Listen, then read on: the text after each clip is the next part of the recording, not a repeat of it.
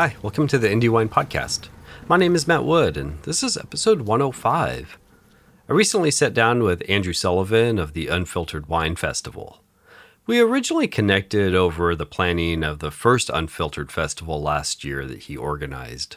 What really brought us together is love of California and California wine, rooting for the home team, basically. Today we talk about his history of cooking and wine and food culture appreciation, trying to work with artists of all disciplines in a respectful way, and his varied and interesting past of paying jazz musicians to perform at safe injection sites in San Francisco, getting an early internet presence for the alt weeklies of the Bay Area, and maybe most importantly, what California craft wine means to him and why he spends so much time and energy in promotion of it. Also, how he's bringing that experience and valuing the artist and craft to wine fairs and other events. So we discuss what he's doing to not just get winemakers in front of new groups, but ensuring that they're paid and can sell wine to have that immediate return on their time and energy spent. One example of that is actually happening tomorrow, the 11th of April. Short notice, I know if you haven't heard about it, but there will be 8 local winemakers featured at the Night of Ideas event in San Francisco. It's put on by the SF Public Library, the Asian Art Museum, KQED, and more. Andrew will be moderating a panel with Matt from North American Press, Justin from Ward 4 Wines, Chris of the 280 Project, and Tara of Tara Wine Co. It's titled Natural Wine as Protest Art. I'll also be there moderating a panel with Coral of Maison de Plaisance, Tiffany from Laughing Gems, Fa from Sunset Cellars, and Nat from Blade and Talon, titled Shaping California Wine, Asian Cultural Influences. The event is free, and there are many other great panels and performances at it that you can check out. Go to nightofideas.org/San Francisco to get tickets and learn more about it. But it's tomorrow night. And Unfiltered tickets are already on sale at donkeyandgoat.com/unfiltered. Quick reminder, I have a Patreon at patreon.com/indiewinepodcast. The link is in the show notes also. If you're enjoying the podcast, any amount to help me keep telling wine stories ad-free and available for everyone is appreciated. It's all run independently, much like the producers I talk with. Telling a friend or sharing on social media are great ways to help out too. Here we go. That's not what I'm doing here. Yeah. Right? Like people assume like I'm after ticket sales, right? And I'm like, no. I want people to buy wine, and that's a different approach. So, anyway. Yeah. Do you want to kind of start at the beginning, I guess? And I know you live in the Bay Area pretty much your entire life, right? And have involved in food and... Yeah, I'm the ultimate homeboy. I mean, I'm 4th generation San Franciscan. Grew up Irish-Italian, families from the Sunset. They moved to Berkeley for college. And so I grew up where my father helped create what was called, it was a Berkeley co-op, which is part of the food movement throughout the Bay Area. There were food cooperatives in San Francisco, and Berkeley had its co-op, which is right across the street from Chez Panisse. So he was one of the early members of the food movement in San Francisco, and it started when he and my mother went to Paris in the 50s, and they took the train into town, and it was early in the morning, and they were waiting for things to open up, and there was a cafe in the train station, and they ordered a coffee and a croissant. They took a bite of the croissant, and they both fell out of their chairs. They'd never had anything like that in America. Okay. Right? And so they came back. They were part of that generation that came back to Berkeley. Yeah. With a new palate, an expanded palate. And so he got into cooking. Were they mainly traveling in France? Or they were Francophiles. Totally. Okay, I mean, there was Italy and France. So it was food, Italy and France. Okay. And But mainly France. They're real oinophiles and francophiles and, foodies and wine people. And so my father was, came back and he ended up ordering Futures of Lafite in the 50s. Oh, wow. And had a cellar. And that was kind of my introduction to food and wine was through my father. He was also a lover of Asian cuisine. Chinese food was really a love of his. So he always told me like the French He said, "Thank God, that the French overcooked their vegetables and their fish and their meat, and so that's kind of where the California to me was intimately linked with being in the Bay Area and the intersection of Asian cooking techniques and philosophies with some European flavor palettes, right? Okay. Along then with wine, and he was not a fan of California wine, but he had a friend who had a vineyard up in Calistoga, and they were always arguing over like quality. And I remember it was in the late 70s that my father tasted his first California wine and was kind of like, this is pretty good. Okay. And that's when California wine started to come into my my palate. So I've been drinking wine and intimately linked with wine and food since, it's an origin story really in the Bay Area here. And do you remember what that wine was by any chance, the California wine? I don't. That's a good question. I don't. I don't have that kind of memory for wine either, which is another whole thing. My dad did. He could remember the details of a meal he had 40 years ago, and I don't. As it was actually Brad Friedman at Ghost Note. He said, you vibe with it, and I'm like, that's kind of it's kinesthetic for me. Yeah. I don't have that extraordinary palate that can distinguish a vintage and a varietal from a specific area in the world. I don't have that, but grown up with the love of wine culture, right? And so my father really got me into it, and I was really into food, and I was like, I'll never be able to afford the kinds of meals that I grew up, eating with him. He was a real gourmand, and I went to cooking school. Okay. So I spent a couple of years at Contra Costa County. Their cooking school there, it cost $50 a semester. And I cooked there, and the teacher said, "Get out of here. You need to get into a restaurant where you're going to learn." So I went out, and I started going to restaurants. And there was a very, very popular restaurant in Berkeley at the time called the 4th Street Grill on 4th Street, there was nothing down there at the time. I mean, it was an industrial wasteland. And I walked in there, and right as I was walking in, somebody just went storming out. And I went like, whoa, what was that? I kept going. I went in, and I met the chef, and I said, I'm here. I'd like to cook, and I'll do anything. And he said, can you cut? Can you chop vegetables? And I said, yeah, sure. So he threw a bucket of carrots in front of me, and I sat there for 2.5 hours and just chopped. Luckily, I'd learned all the cutting techniques, and I chopped the vegetables. And he said, come back in a week. Well, that person who just stormed out was the pantry chef, they quit in some heated argument. And so I came back in a week, and I got the job as a pantry chef line cook at 4th Street Grill, which did incredibly high volume. So I was just like thrown into the fire right away. And that I think at that time my palate actually was pretty good because you're tasting, you're constantly adjusting food, and your palate does get sharper with that.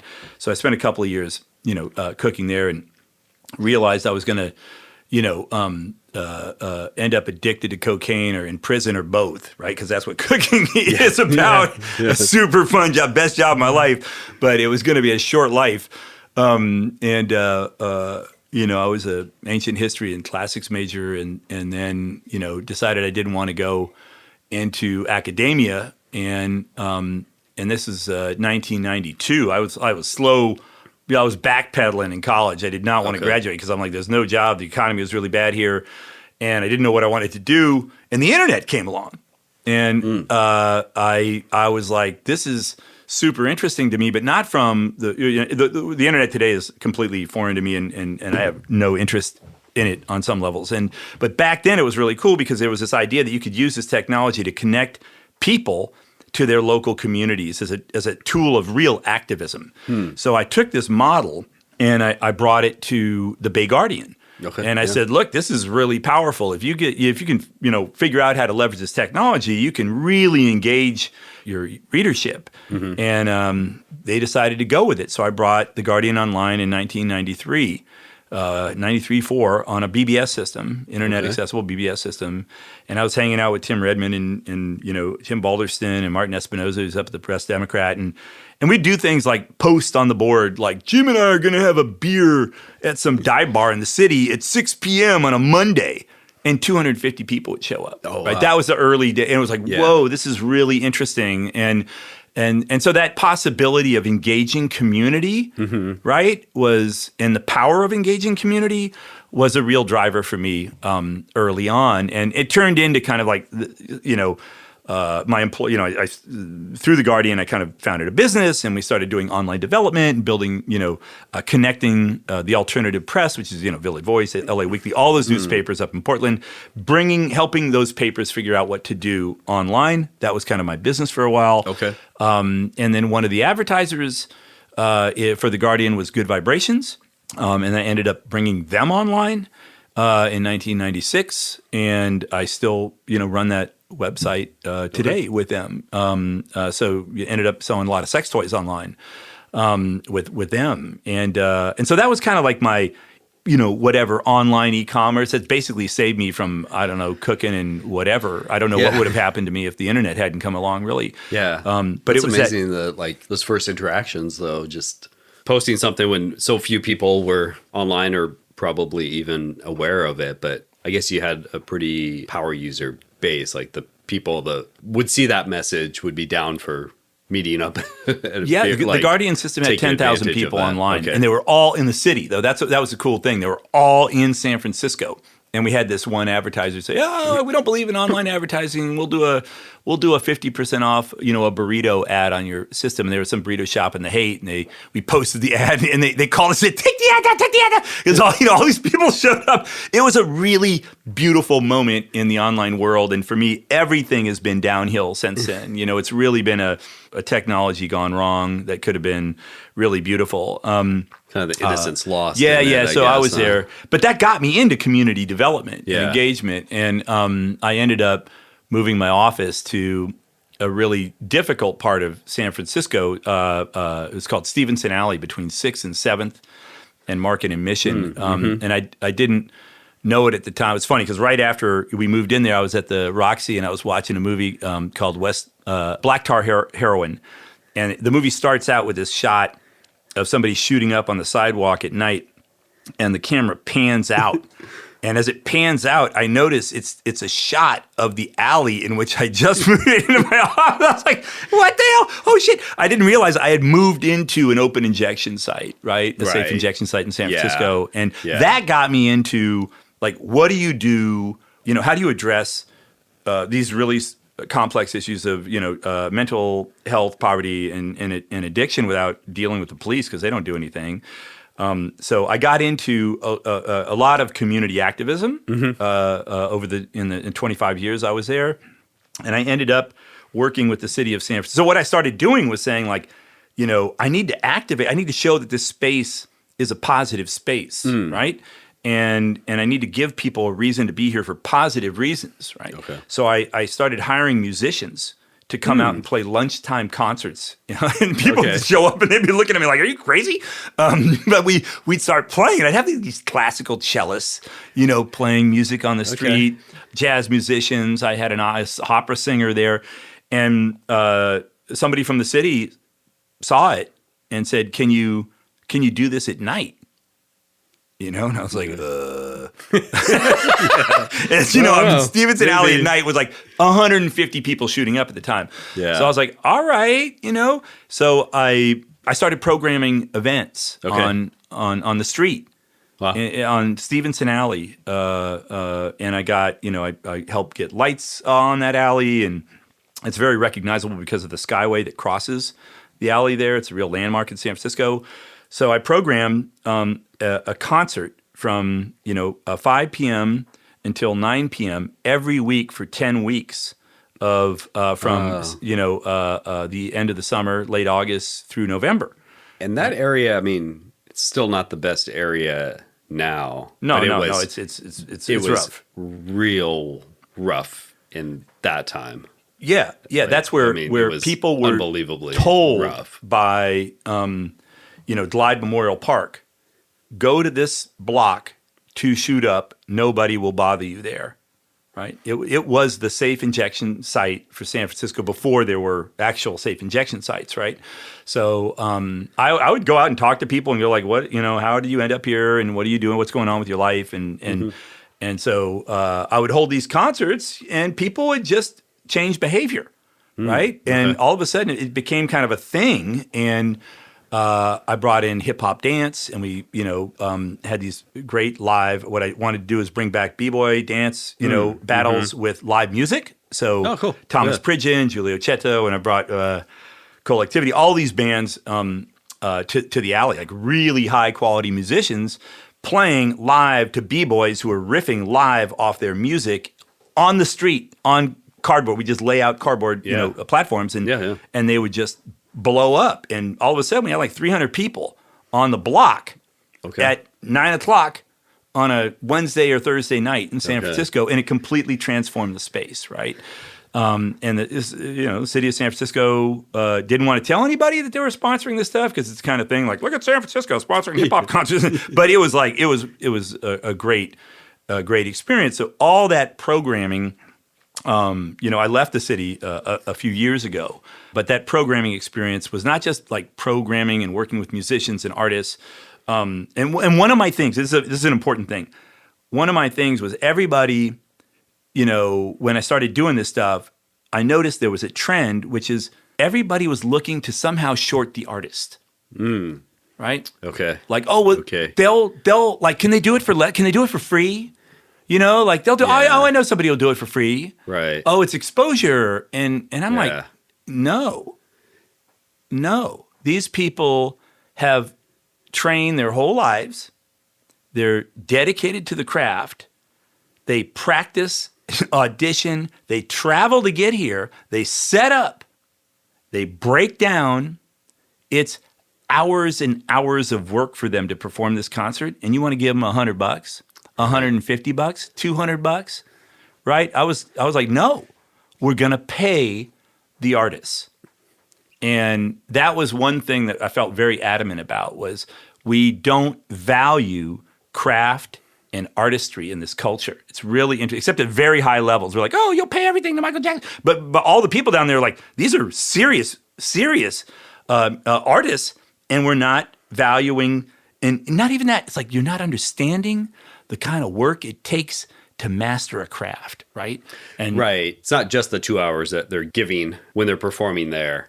It's the hours and hours and days of practice and bleeding fingers and missing other things. I mean, there's a saying, you can die of exposure. Yeah. Is the and artist is the old artist joke. Yeah. For that. Yeah. And there's like a plumber one like that too, where it's like, oh, why does it cost $500 to fix my sink? And it's like, well, it's not the 30 minutes it took to fix a sink. It's like the 20 years to learn how to do it in 30 minutes. So that's kind of, you asked me to talk about my background a little bit. So it was kind of like the food background with my dad in Berkeley and all the food movement here. It's value for art. I also grew up just valuing cooking, valuing food, valuing singing and dance and painting and theater, just anything that is about culture, right? I think like that is the most valuable thing we have. And we pay producers, but not the artists. And that was the one real shift. And even the artists that I was working with, they were like, man, you really taught me, like, not to ask my friend to do it for free all the time. Because I had certain artists saying, oh, my friend will DJ for free. And I said, no, I'll pay him. Like, that's not right?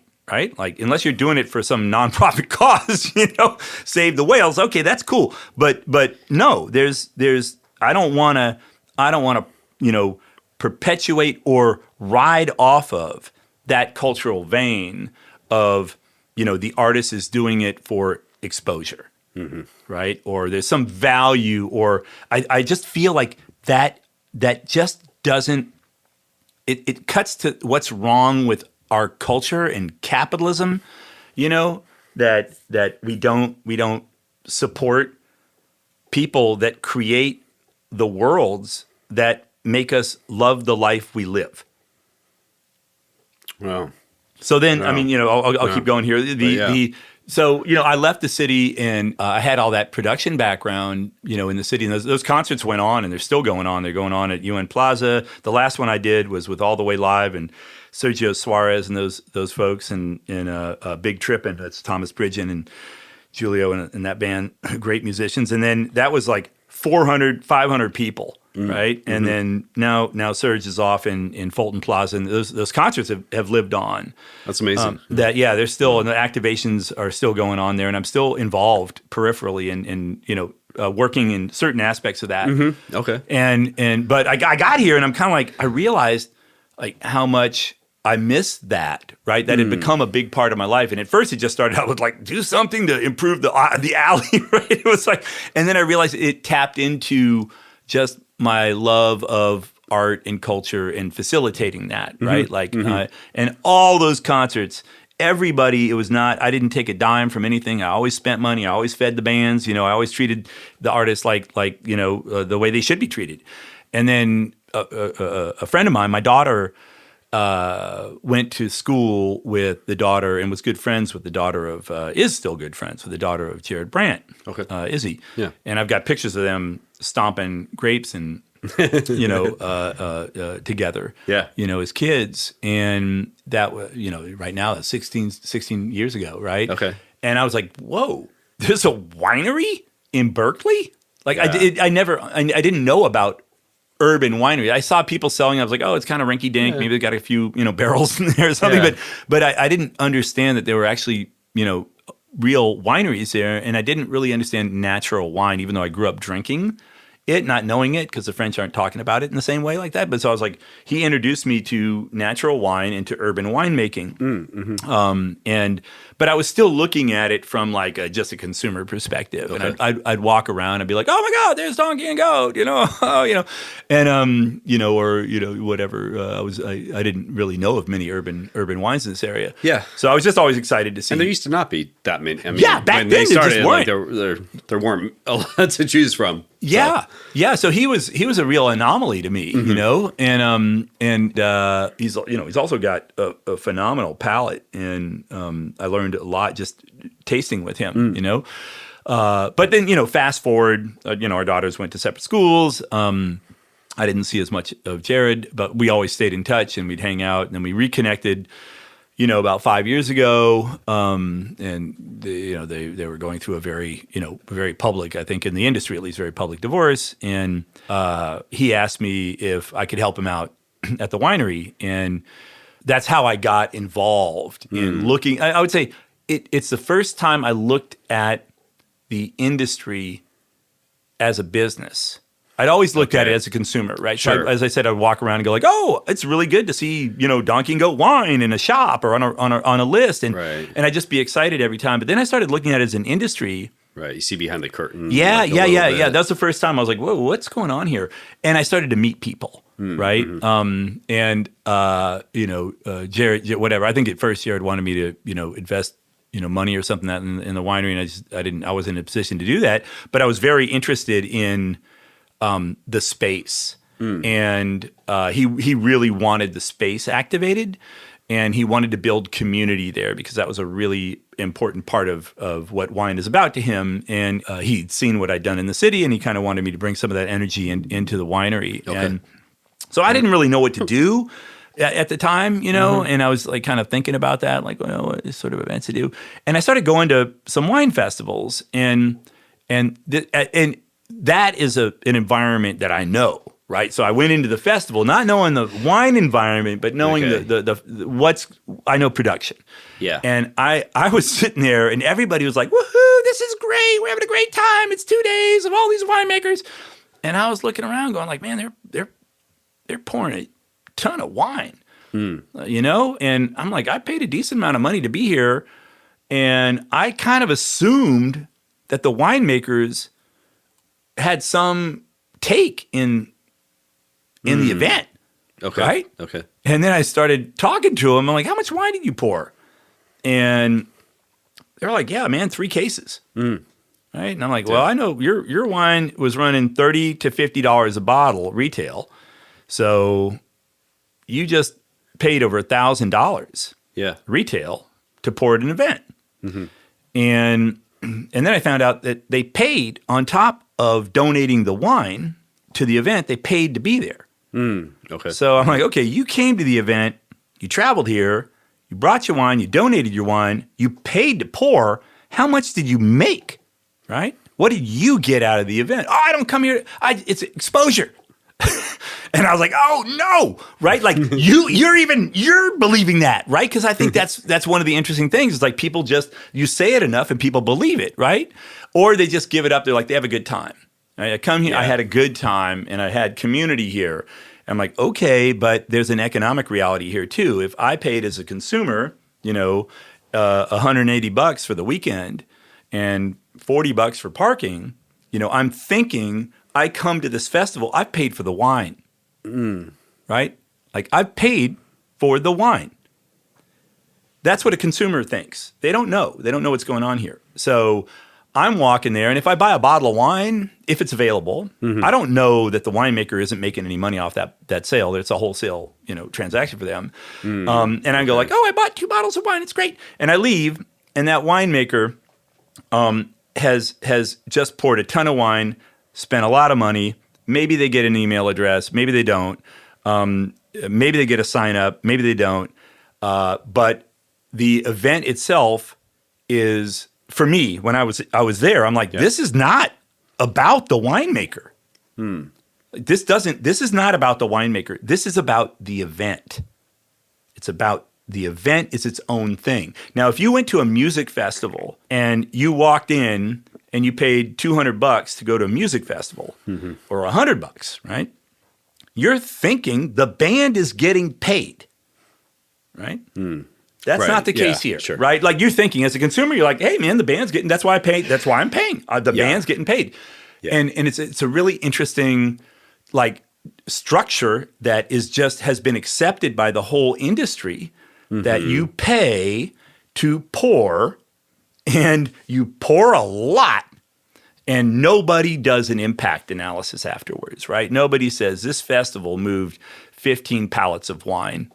You got 30 club signups. You have 200 emails in your pocket. Whatever that analysis is, right? You walk away and you go like, is there really something of value? And that's the way I was looking at it from a producer's perspective. I'm like, is the artist compensated in this model? And I said, no. What did I get out of this?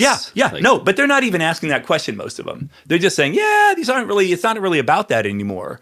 And a number of the winemakers were saying that. They're like, I don't come here with any expectations anymore. I just come here because community is important and it feels good. Right? It feels really good. And they go like, I get some exposure. Maybe somebody likes my stuff and maybe it turns into something.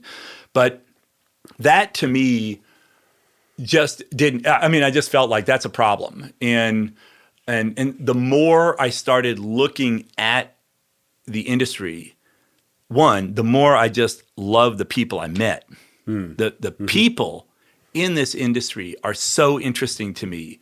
The creativity, the science, it's a full spectrum from kind of like, I trust my gut to, to I'm a scientist, right? I'm really dialing in, working the chemistry of this. And I don't mean that from an interventionist. I mean, even on the natural side, I'm really looking at the chemistry all the time. And other people are kind of like, I'm feeling, what's happening in the barrel. And the backgrounds that people come out of cooking, people come out of science, Christy, you've got all these people coming from different backgrounds and they have a moment. Usually most of them, not all of them, it's funny, we're drinking, Bertus right now. And it's like, he knew. He knew it. He said at 15 years old, he knew he wanted to be a winemaker, right? That's a kind of rare story here. Most of them have an experience in their life where they're like, I need to have my hands in the dirt. I need to be doing something creative. I need to be connected to a community that means something to me. I need to be connected to a social justice, environmental justice issue, right? So there's a level of passion that is present in our local winemaking community that I love. And so I look at them, I'm like, you are awesome. Your wines are awesome. You're so dedicated to what you're doing. You look at we talked about Spur Road and Amanda and like all these stories of people that get into the vineyard and they are working their ass off. And Brent here, it's like, he's swinging for the fences. That guy is totally dedicated to creating what he thinks is a great wine. And that's how come that isn't celebrated by everybody across the board, right? So that's what struck me as I got to know these people. I'm like, I was in awe. I was just like, you're awesome. And the whole system doesn't recognize, value, and support that. from every single pillar of the system, right? From the retail side of things, nobody's out there, nobody. And I can say this with confidence now, right? In this area, there is not one retailer that is fully dedicated to celebrating our local artisan winemaking community.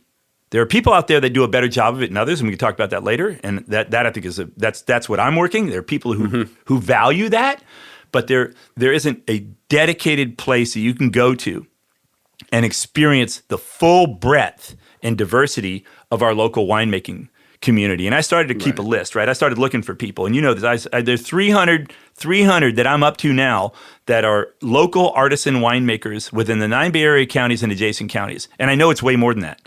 Those are just the ones that I've cataloged. And if I expanded the criteria, it'd be even more. So where do you go where you even have any sense of what's going on in this area? Nowhere, right? So there's a retail problem. There's a distributor problem. Right? You go to distributors out here, and you know, I talked to one winemaker up here, and he said, yeah, my distributor came to visit me for the first time in 11 years, and he came to ask me to drop my prices because he's getting wine from Italy for $4. And that's my packaging cost, you know? So if you've got these wines in your book and you're going for by the glass, you know, sales, it's really hard. So you have a distribution problem. Now you also have an organizational issue. There's not a group out here that is marketing and supporting this community. As part of Unfiltered, which we'll get to, I guess, I contacted every AVA grower organization in the area and asked them to support our artisan winemakers at Unfiltered. I got one response. Lodi. Wow. Stephanie from Lodi. Yeah. Right? One response. Everybody else, no response. One responded, said, I'll bring it to our group, never got back to me after that, right? So these organizations they don't recognize that this is different. What's happening with this community is what makes wine in this area different. It's not the big corporate manufactured wines that are funding them. It's all these artisan winemakers that actually create culture in this area, and they've abandoned them. So you've got an advocacy organization gap there as well. Sure. So these are all the things that I'm kind of like, as I started to unpeel, you know, take off the rosy lenses of a consumer, and I started to look at this of like, what's going on here on a business level? I was kind of shocked. So I went to Jared and I was like, hey, Jared, I got an idea.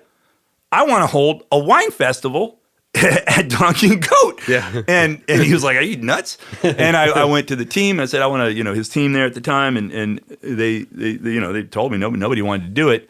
But I did it, right? I went ahead and held Unfiltered. Yeah. And I held it with the same basic principles that I produced events in San Francisco with, which is the artist comes first, right? That's it. This has to work for the artist. And if it doesn't work for the artist, I'm not going to do it. So that's where Unfiltered came from, was just this love of what's happening here and a shock of the lack of support the community really gets. And, you know, I don't know, you know, you find this a lot in the burner community where, you know, everybody is trying to make money off their friends. You know, they want to sell them like personal coaching. Like, I'll be your personal coach, Matt. You know, and there's something kind of similar, you know, in the natural, you know, wine community. And I find that true of the festivals where it's like, you know, the festival organizer makes the money and the winemakers are donating the wine, donating the time and pouring. And there isn't a real effort to recognize the artist there. And I don't want to be part of that system, right? And maybe my model doesn't work, right? And it falls apart and I move on to something else. But if I can do something with Unfiltered, at least it would be to affect change with other festivals, to put the winemakers at the center, because those are the artists, those are the people that make this exciting. Those are the people that are the real craftspeople that are dedicating, you know, they've made in many cases, huge sacrifices in their lives to do this, or continue to make it. And they're the music that you come to listen to. Mm-hmm.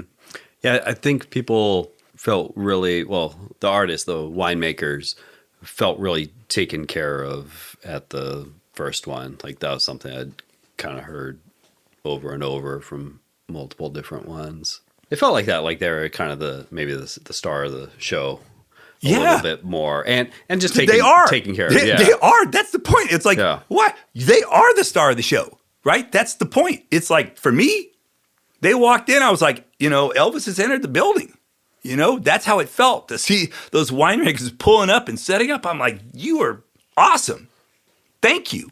Thank you for coming here, for spending your time and pouring your wine with us, Yeah. And that's why we started at least with like breaking bread together, It's kind of like, I want to break bread with everybody first and serve you some food, some real home cooked food.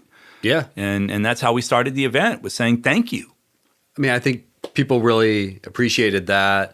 There was also that they were able to sell their wines where you can get sort of that like immediate return.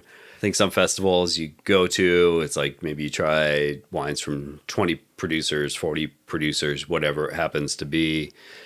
And then it's kind of like too many to do a bunch of like orders online. I mean, shipping these days is like ridiculous and it's kind of out of everybody's control. But when you're actually able to go there and you can like walk away with a case of wine, that's pretty awesome.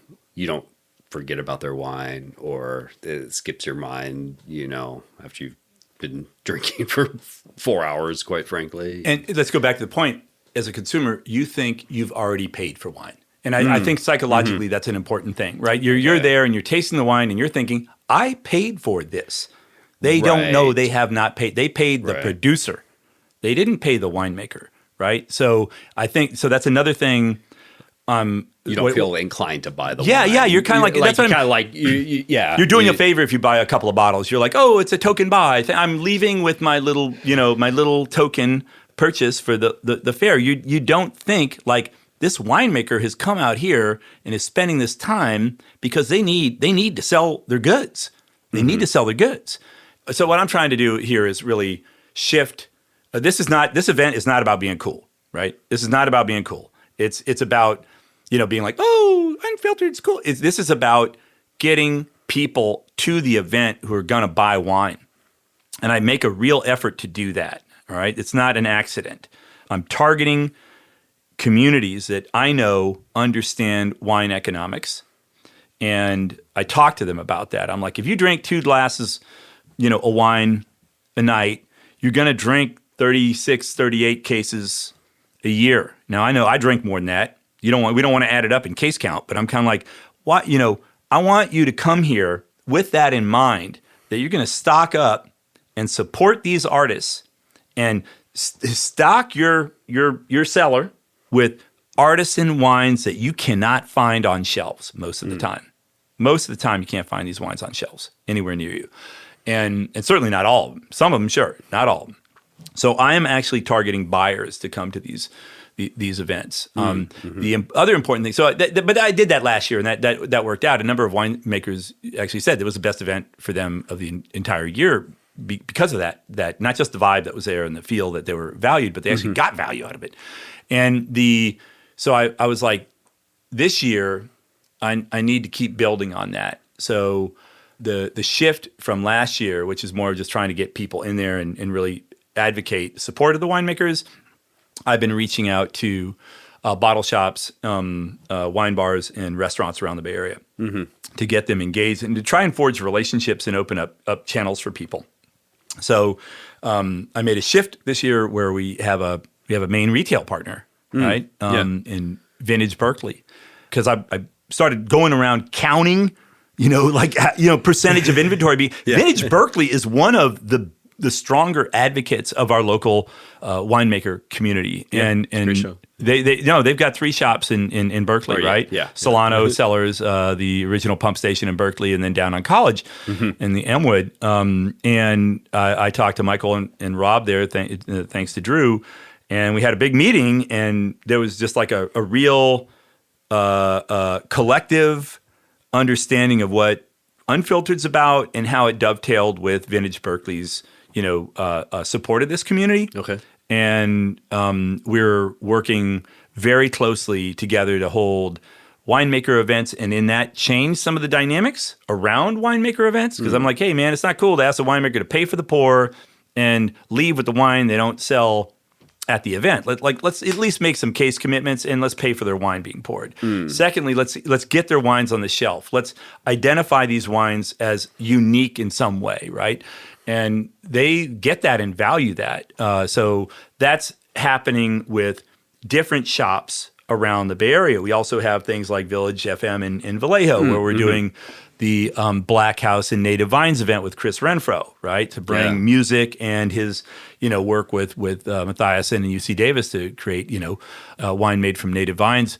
So it's kind of introducing. Chris has never been there, So it's like introducing people to these houses, and hopefully those turn into sales channels, right? Relationships that build over time. So I'm trying to use the event not just to create an event the day of, right? But to use the event to open up relationships, educate people, help them understand their stories. Because the sales reps, if they know the person and they know the story, it's easier to sell the wine. So once you make those personal relationships, they're like, oh, wow.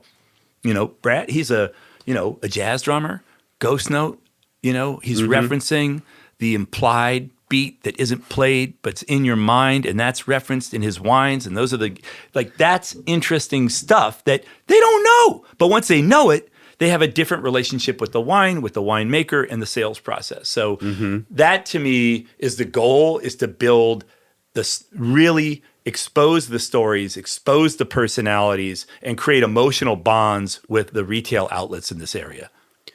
Aside from the retail outlets, you're kind of concentrating on some other restaurants also, right? For kind of by the glass, and as a new glass gets poured, but sort of by the glass activations and winemaker kind of takeovers, and turning it all into a much larger event, multi-day, kind of faceted, not just a 1 or 2 day event.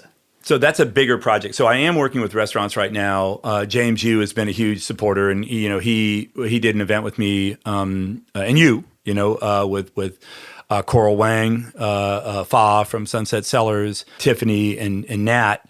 And he through that event, this is a great example of it. Through that event, he bought a bunch of Coral's wine and put it on the By the Glass list at the restaurant. And that's exactly what I'm trying to do here, right? He never would have done that, right? If it hadn't been for that event, right? So those types of relationships are key. So James is already, he's going to, right now he's committed to being part of Unfiltered and talking about one of the great opportunities for wine right now is the Asian wine list, right? Chinese wine list, Chinese restaurant wine list. I think another big opportunity, I have a friend, thanks to the work on Stevenson, Gianluca owns Monte Sacro on Stevenson Street, and I worked a lot with him when I was there, and he owns a number of restaurants around town. And I'm like, Gianluca, man, you've got all these, local ingredients that are making your Italian food. Why don't you put some local Italian varietals on your list, right? Yeah. So that's another area that I'm trying to break into in Berkeley, with some of the Italian wine restaurants here in San Francisco through Gianluca.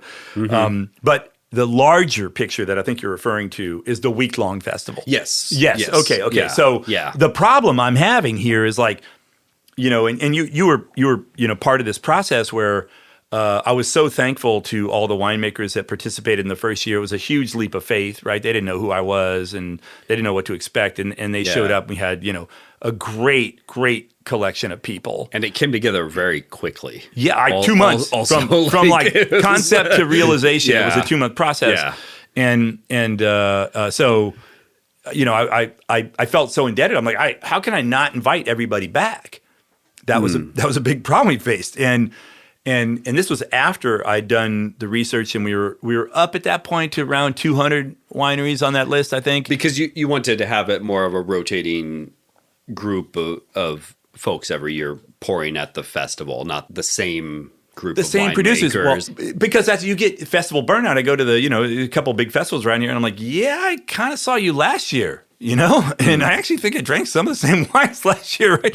And not that, whatever, they're great. That's not the problem. It's just that that's not showing anybody how deep it is, right? And how diverse it is.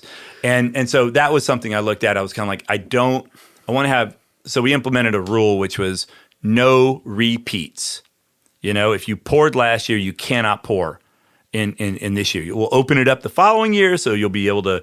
We had 10 people voting on, and ranking all the wineries together to create the list of invitations. So next year, the first year, will open up to be ranked again. But the idea there is there's so many people. How do we fit them in, right? Mm-hmm. And that's where the concept of like Berkeley Wine Week, came into play, which is Berkeley is kind of in the middle of a lot of these zones. You've got the Santa Cruz Mountain Zone, and once you go past there, you get down to Monterey and Central Valley, but and you've got the Delta region, the foothills up there, and then you've got you're kind of less Napa, drawing from Napa, but certainly Sonoma, West Sonoma, Mendocino, right? So Berkeley's kind of this interesting location for all this, and I went to the city, Berkeley. This is the background with San Francisco, and I'm kind of like, this is kind of a unique thing that we have here as the kind of gateway to this wine culture that's happening all around us. It's very hard to go to Santa Cruz Mountains and taste a bunch of wines in one day, or go up to Sonoma and taste a bunch of wines. You get 1, 2, wineries maybe, but we could do something very interesting here to introduce a regional and national and potentially international audience to what's happening with this culture. So I pitched Berkeley Wine Week, right? And they're interested, right? So this year is the first year of them upping their support to help me get the word out, right? That's the Office of Tourism in Berkeley. It's helping me out visit Berkeley. They've just been super, super supportive of the idea, So that is the larger goal, which is to say we should be having music events, lectures happening throughout town. Our conferences at the event are a big part of what we do. Yeah. And really celebrate the culture, all the culture around the artisan wine scene here. But it would be a week-long festival that allows us to really showcase a broader range of what's happening in this area, and not limit it to 1 or 2 days, right? Yeah. So that's the goal. It kind of captures different groups of consumers also. When you're in the restaurants and you can see like how well some of these wines pair with food. Like, you were talking about Brad earlier, but hey, like Super Santa Cruz, this is like great wine if you want Italian style wine, Sangiovese, and in this restaurant, instead of something imported. So you can kind of see it from that way. Also the retail space, Vintage Berkeley, the multiple shops, you get a different consumer in there perhaps than you might have at the fair, and kind of like different ways, I guess, to attract people and kind of like meet them where they are a little bit more. Yeah, these wines aren't for everybody, right? Like, some people, I like watching people with the check out and I'm like, whoa, man, that's, a $9 screw tap from who the hell knows what's in that wine. So it's not, there is a bar here, but we have to touch more people. There's a lot of people that just don't, when I talk about this, and they're like, I have no idea. And that's part of what I'm trying to do, is say, at least know about this, and you can say no, but know about it. Right. So that's what we're doing at the event at the Night of Ideas with the San Francisco Public Library. Yes. Right. Like I made 2 proposals to the event. It's a collaboration between the French Consulate, San Francisco Public Library, the Asian Art Museum, and KQED. And I presented 2 proposals for a panel. That's the Asian Winemakers panel and the influence of, the Asian community on viticulture in California, and the Radical Vines panel, Natural Wine as Protest Art. And those panels, we have Chris Renfro, Justin Trabue, you've got Tara from Tara Wine Co., Matt Neese, North American Press, on the Radical Vines panel, and then you've got Coral Wang, you've got Fa, Nat Wong, and Tiffany, Laughing Gems. So what's unique about that, it's not that they haven't had a winemaker talk at those events, they've never had pouring and sales. Yeah. Right. So again, it comes back to the commercial. I'm like, it's not about the exposure. Can they sell their wine at the library? Right. And they never had the question before. Yeah. And they were like, yes. And then I'm like, can they sell it by the glass? Right. Okay. They never had that question before. And they're like, yes. Okay. So never hurts to ask. Yeah. But I'm like, there are 15,000 people that come to this event. Right. So as they're passing through the marketplace, because they have a marketplace there that celebrates, that's what it's about. They've got they will be merchants in the marketplace. First time ever. So we'll have 8 of our local, natural, low intervention winemakers, and I would say craft and independent winemakers, right, in that marketplace selling their wines.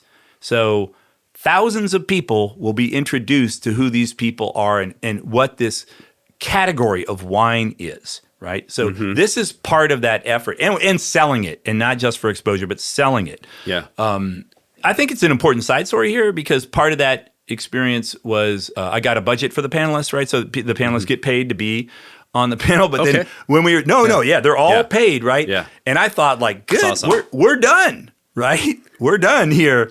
And it was actually Tara who came back to me and she said, what about the wine? Do I get paid for pouring my wine? And my first reaction was like, man, come on, man, you're gonna get a pretty good check. Come over here.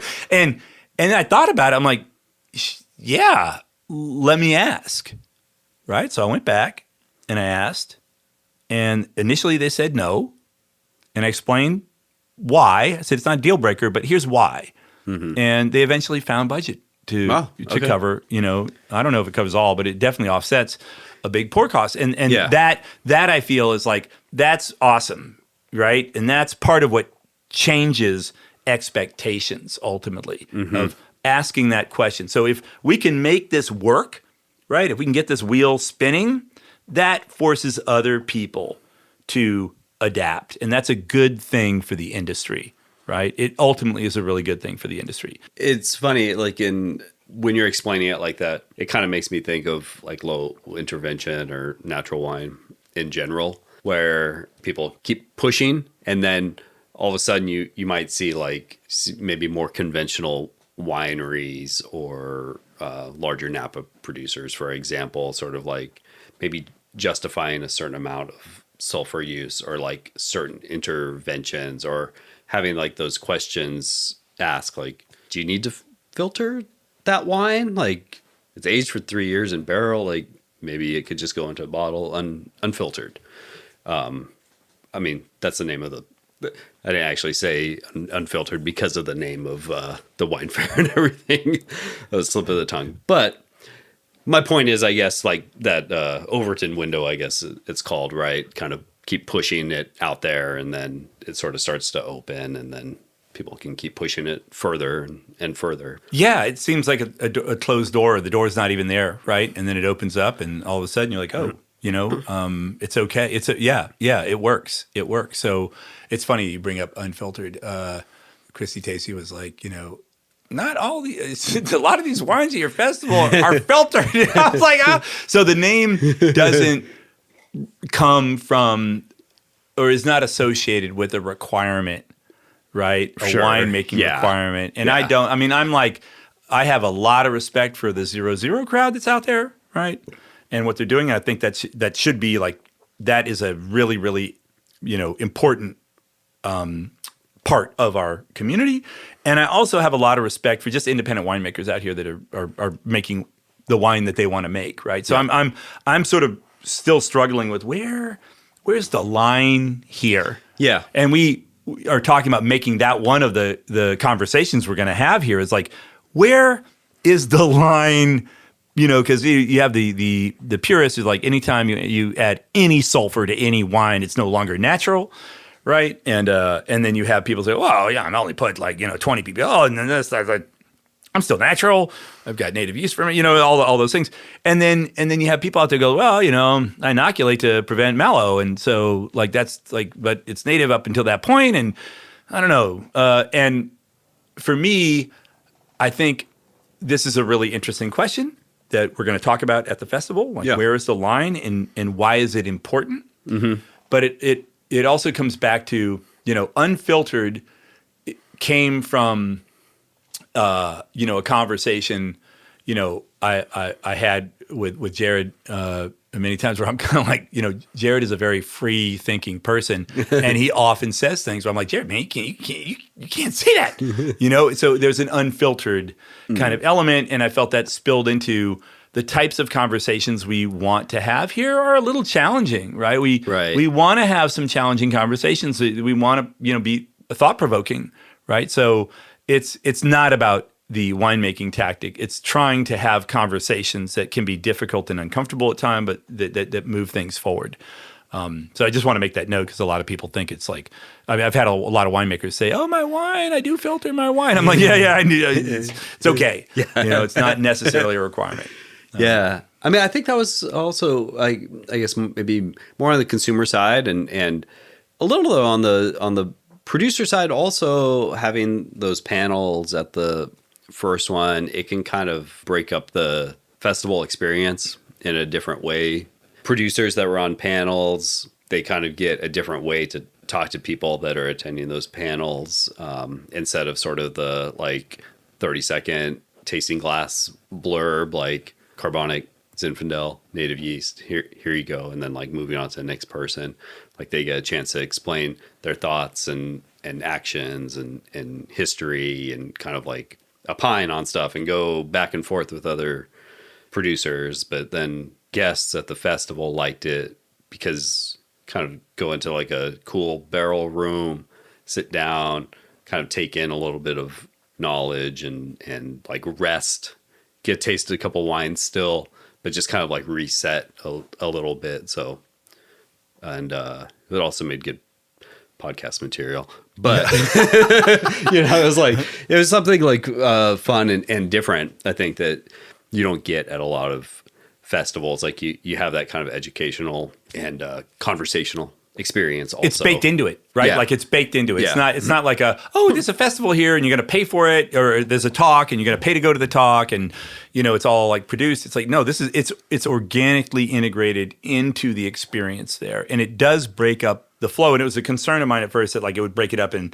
a bad way. But what it did is it kind of relieved the pressure for a minute. It never, the winemakers were it never got overwhelming. There was a nice ebb and flow. And part of that was the way people took a break from, being outside, being in the middle of all that conversation, and they got to focus, in the barrel room on a really interesting talk. And we poured wines from the winemakers that were there. So people were still, enjoying wines while they're there. And the topic, it was great because, people would come in, they'd fill up the room, and then they would leave. Yeah. And then bam, the next audience would come in. So it offered a real, I think Pietro, from Prematura was the only one who was in all three lectures.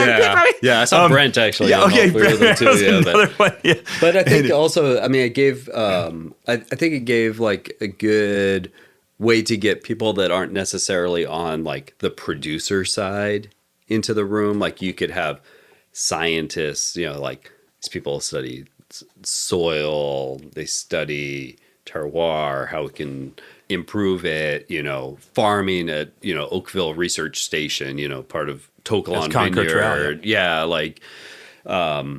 it gets those different aspects where you have all the producers pouring, but then you can have kind of highlight farmers and scientists and people like that don't really get too much shine at a festival like that. You kind of get them out there, and they might not have wine to pour, but they're an important part of the industry. And farmer, arguably the most important part, without farming, the wine doesn't go anywhere. So having that involvement, I think is cool. Also. Yeah, no, we tried bringing people from our local scientific community, bringing people from social justice advocacy perspectives. It really, that is cool to bring the intersection. And that's what I mean about wine culture, right? Yeah. It's not just about wine makers. It's about the culture that wine facilitates, right? And I think that's one of the things that was really great about those conferences is that it did blend people from outside the wine industry, but who are connected to it in some way, whether it's they're focusing on, regenerative farming, but not from a winemaking perspective, but they're doing the studies, in Marin County to really look at kind of composting and soil, the science behind it. And, we plan to do that this year, bringing, and back to your point, that's part of exposure, right? So those scientists that were, on the panels, they were blown away by the culture that they experienced there. That was for them a whole new window into wine culture. Okay. They didn't get it. Like they didn't realize like how deep these winemakers were, because Derek was, moderating one of those panels from Old World Winery. And they're like, they didn't understand how deep in the soil these winemakers were and how much they knew about what's going on in farming. Right, that for them was a new thing. You got Matt and East and Derek and all these people. It's like that for them was also a treat. So that's part of it. It's a bidirectional thing. It's not just that they brought that to us; we brought that to them. Right. Yeah. Potentially, kind of influencing how they might work in the future. Well, hopefully, what they buy or what they buy. Yeah. Yeah. that was the point. Is like Yeah.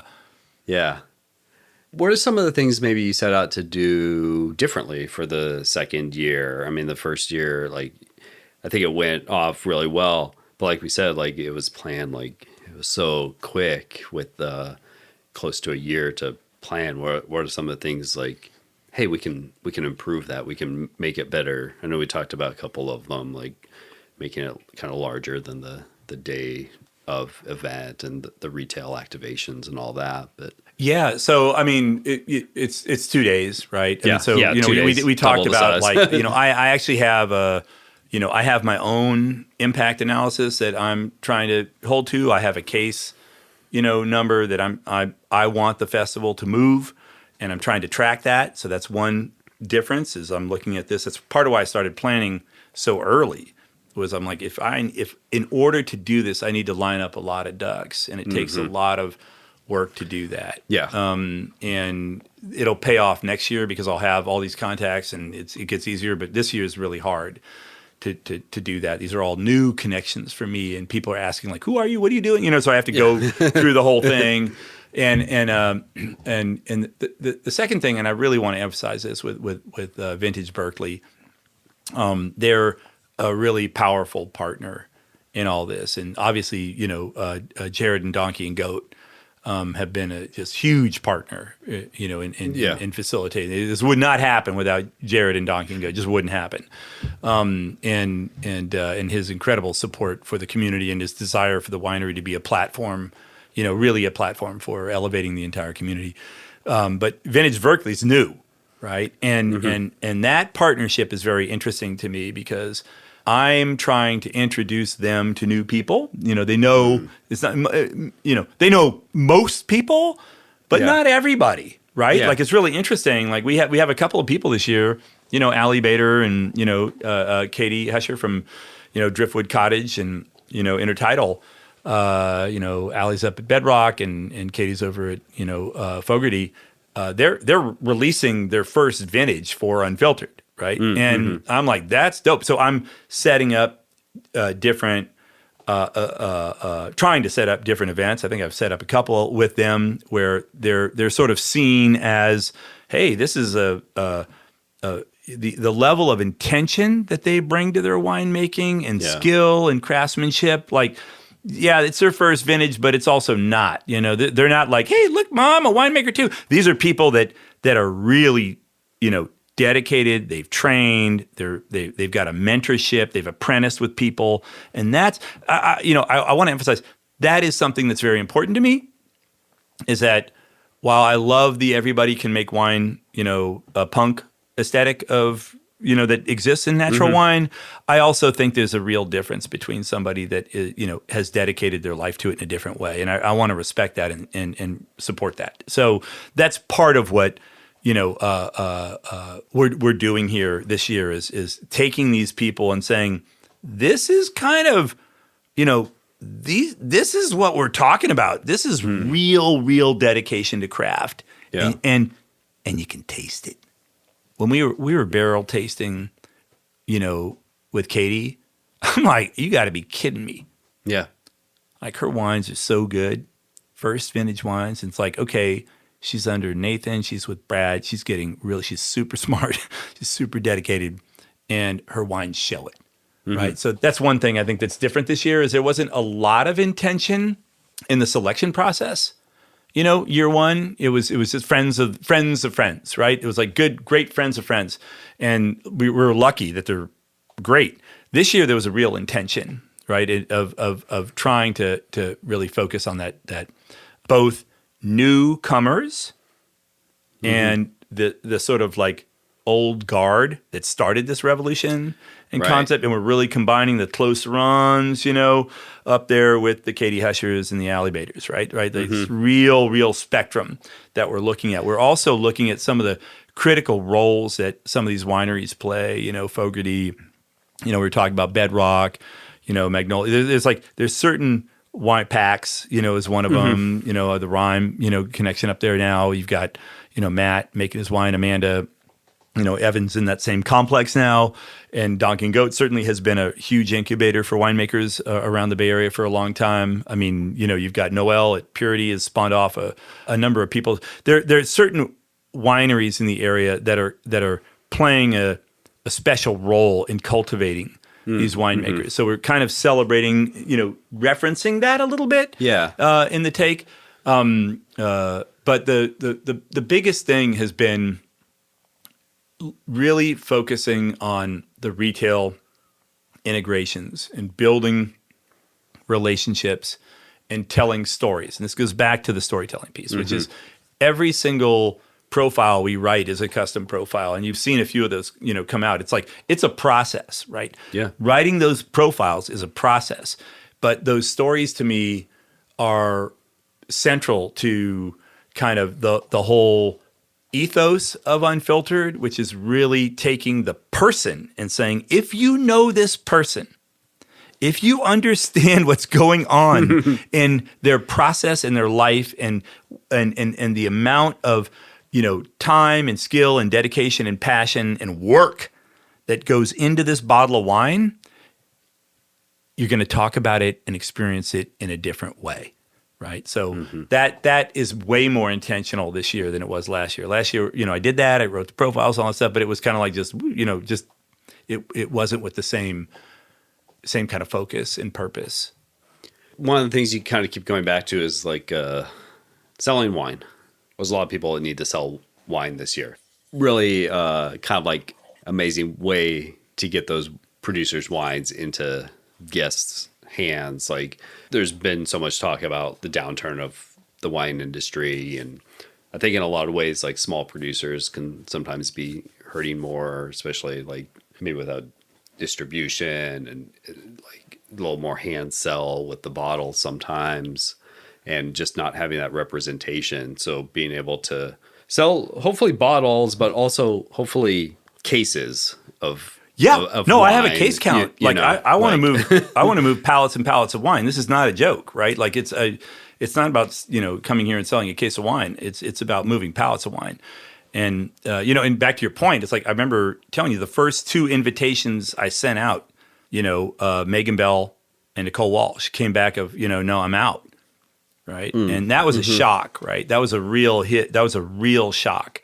That was before Megan officially announced, at least, her closure. Kind of like a gut punch. Yeah, it was a gut punch. Have that. Yeah, it was a real hit. I was like, and women, right? Right. Like women. I mean, if you ever, and both like long-term producers, also high like quality, really dedicated, high quality long-term producers with brand recognition, making excellent wine. There's nothing like, it was natty. This was excellent wine, and so. That was scary to see that, right? Because you also look at like, does it adversely affect women and BIPOC marginalized communities more than men?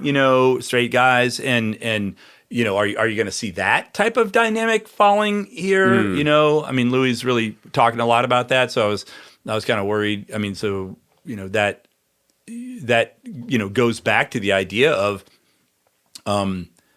At the end of the day, there's a structural problem with the entire industry, and it needs to be addressed pillar by pillar by pillar, right? Unfiltered is just one little tiny effort, but it's actually, I'm focused. I am aware of the retail part of it that's missing. I'm aware of the distribution part of it that's missing. I'm aware of the organizational part of it that's missing, the advocacy part of it, right? I don't know yet where this effort will end up where I'll end up focusing my energies, right? Or where the how the effort will puzzle go, kind of or what will fits influence, together. right? I mean, ideally, one of these AVA associations would step in, right? That's what you'd expect. I mean, like, come on, man, do your job. But maybe they don't. And then what, right? Is there something there that could be done, right? I've told you a lot about my dreams to have a retail shop where you walk in and you're just like, whoa, I had no idea. I really do think that's a missing piece of it. People don't see it, right? And then obviously the distribution part, that's beyond me. That's not my business, but it's a problem for sure. It's kind of like the Kermit Lynch of California problem, I guess. in some ways, California kind of needs its Kermit Lynch, digging around in the caves and selling those wines by the cases, the stories and everything that comes along with that. Yeah, we just had one, right? What do we do? I'm trying to get some cases of wine into friend of a friend, right? So I think I paid you to pay somebody. You picked up the case, and you or me will take it over to friend of a friend and get it on the shelf there. It's that kind of elbow grease effort right now, right? It's like because I don't think of that as like, it's not about the case of wine, that Chris got from Atelier or something like that, right? It's about those bottles being on that shelf, right? And what that says, and getting them back on that shelf again, right? And getting Jack's wine up there, and getting all these wines up there. It's opening up that crack, trying to create a relationship, showing that these wines can move, right? And creating that feedback loop of not just between one winemaker and one shop, but awareness of a category of wine right under people's noses that they don't know about, right? The restaurant list. I mean, we talk a lot about Chez Panisse and the whole thing. You're walking in there and like, man, I can't stand to walk into these slow food movement restaurants, and you're like, and I won't, name names, but people are like, oh, go to this shop. They're great. And I'm like, yeah, they got 20 bottles on their shelf out of 220 that are local. And we're celebrating the 20 local ones that are on the shelf. Why don't we flip that model, right? I'm cool with that, right? Flip that model. Or you go to a restaurant and you see 3, 4, local wines that are featured 5, 10 out of a list of 100, and I'm like, you're a slow food movement restaurant? Like, is anybody, this is again, like the moment I had when I walked into festivals. I'm like, does anybody see what's wrong here? Like, you cannot call yourself a slow food restaurant with wines that are shipped across the world on containers while there's artisan wine being made down the street from you. Yeah, I mean, my issues with it are well. I know it's the only time I've ever seen you mad. I mean, I guess I mean, much like you, I've grown up here my entire life, and kind of like, I guess, surrounded by food and wine and homemade goods, and it just doesn't sit right with me, I guess, when it gets down to it. It like doesn't make sense to me. And I feel like maybe there was a time when it made sense. Maybe that time was like 20 years ago or longer, but I feel like you can find a decently comparable wine for most other regions, but something from California nowadays. Like, I think there's a lot of good wine being made in California that can fit on the lists of these places with otherwise all local ingredients. Yeah, and where's the love of our local culture? Okay, because you and I are both locals, right? So part of it is this love of where we live. Yeah. Right. I mean, it's like the nature, the intersection of nature, the culture, the diversity of culture, the intersection of the Asian Pacific, and kind of like I trained. 4th Street Grill was a Southwestern restaurant, so it's kind of getting into Southwestern cuisine for me was a big thing. We have so many different things happening here. Yeah. We should celebrate our local culture everywhere, and particularly on the food and wine level. You should walk into restaurants here. If you're coming from out of town, you'd be like, whoa, this is all local. everything here is from here. I mean, And our wine lists aren't. Our bottle shops aren't. It's weird to me. Like, I'm like, what? We're living in a cornucopia and a bounty of artistry and quality, and you're not leaning into that? You're leaning into some unknown bottle from France or Italy or Spain or Georgia? I mean, I kind of like, it hurts.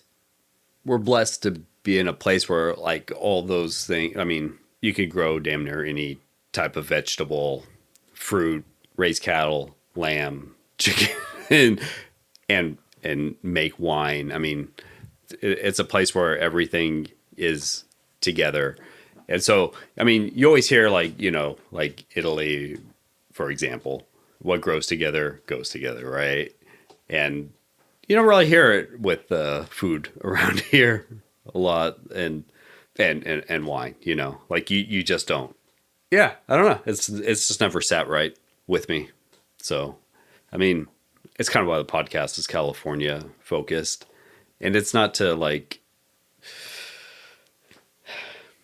dismiss any other region. Like if I was in Burgundy, it'd probably be a Burgundy focused podcast, but quite frankly, like it's not, it's because I'm here and it's all around me that it is what it is. I just hope people continue and even more like step it up to help support the local producers, because they are your neighbors. They're like people who your kids might go to school with, might see them at the grocery store, you know, at the restaurant down the street. Like they're around you, and they're your community, you know? Yeah. And I mean, when you buy that wine, that money stays here and recirculates here too. So there's so many different ways to look at it, right? From just a sustainability, environmental sustainability level, an artistry level, a localism level, an economic level. It's like every level you look at, it makes sense. And that's not, and you're right. It's like, that's not to, I'm not like anti-European or not at all, not at all. Although I've kind of taken on a position where I will drink wine from other places when it's, you know, don't look a gift horse in the mouth kind of thing. Yeah. I'm not buying wine from other places. I spend all of my wine money on local winemakers. And because it's for me, it is important, right? Like these people are often scraping by, you know, they're working really hard and scrape by. Some of them we've talked, it's like whatever, they have a side job or something like that. But I personally like to support people I believe in and know, and that ties like right into your experience of wine, which we didn't talk about this part, but it is important, which is, you know, story matters to me, right? So when, you know, it was an interesting tasting experience I had with Jared one time. We were tasting wine and he said this wine is perfectly made, which he almost never says, right? We're tasting, he's like, "It's a perfectly made wine." He said it expresses the personality and winemaking philosophy of the winemaker very clearly. And he said, "I don't like it, but I wouldn't change a thing about it." And I was like, that's a really interesting comment. And he was just like, personally, I don't like that style, but it's perfectly made, right? Right. And it's because he knows the winemaker. And I feel that right now, like we're, you know, drinking Bertus's wine, and it's like, I am not, that's like meaning I know what's behind the label. I know the story behind the label. You know, I know who he is as a person, and that changes my experience of this wine. And, you know, when I drink, you know, Brent's wine or Brad's wine or BB's wine or Tara's wine, all these people, it's like, you know them, Tom's wine, you know, like all these things, like they're in my mind, right? They're in my mind. And that's part of what you kind of want people to think of, is like, these are personalities that are part of our community. And I think that's what you're tapping into, right? They're part of our community. Yeah. How do we get them? How do we create that connection, that stronger connection with a broader consumer? I don't know if that's possible, but I certainly think we can do a better job at it. Yeah. It's kind of easy sometimes to romanticize like the other while overlooking what's right in front of you. But these winemakers are right in front of you, and they don't really deserve to be overlooked. And there's great wines being produced by so many of them right now. I don't want to see any more have to shut their doors, you know? Yeah. Yeah. Or not make wine for a year, you know, like Yeah. a couple of them are just like, I'm not making wine. Sure. And that's also hard, right? Yeah. People have taken a year off, and, you know, like momentum is a thing, and 1 year can lead to 2, especially with like where the wine industry as a whole is at right now, I think.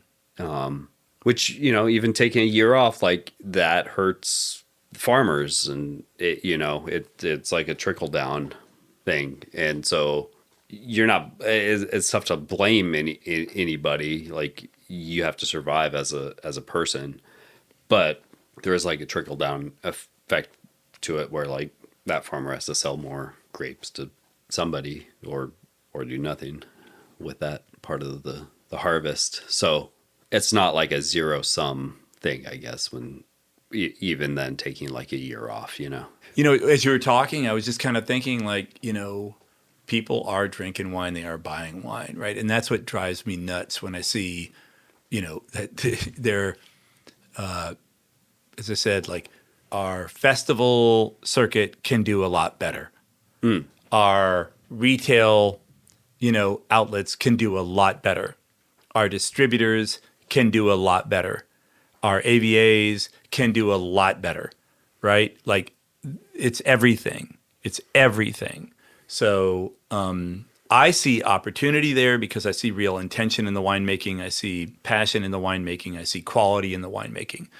So that's what I see, right? I'm like, it's a marketing problem. It's a market penetration problem. It's a storytelling problem.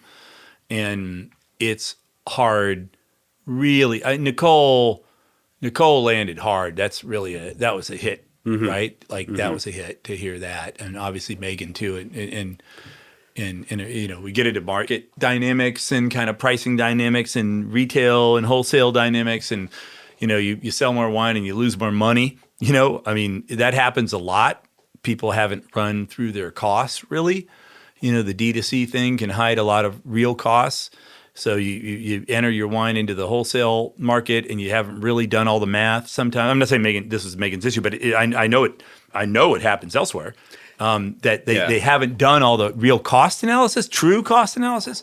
So you move that wine through volume channels and you don't have the margins to absorb it, right? And so you actually get hurt by distributing your wine.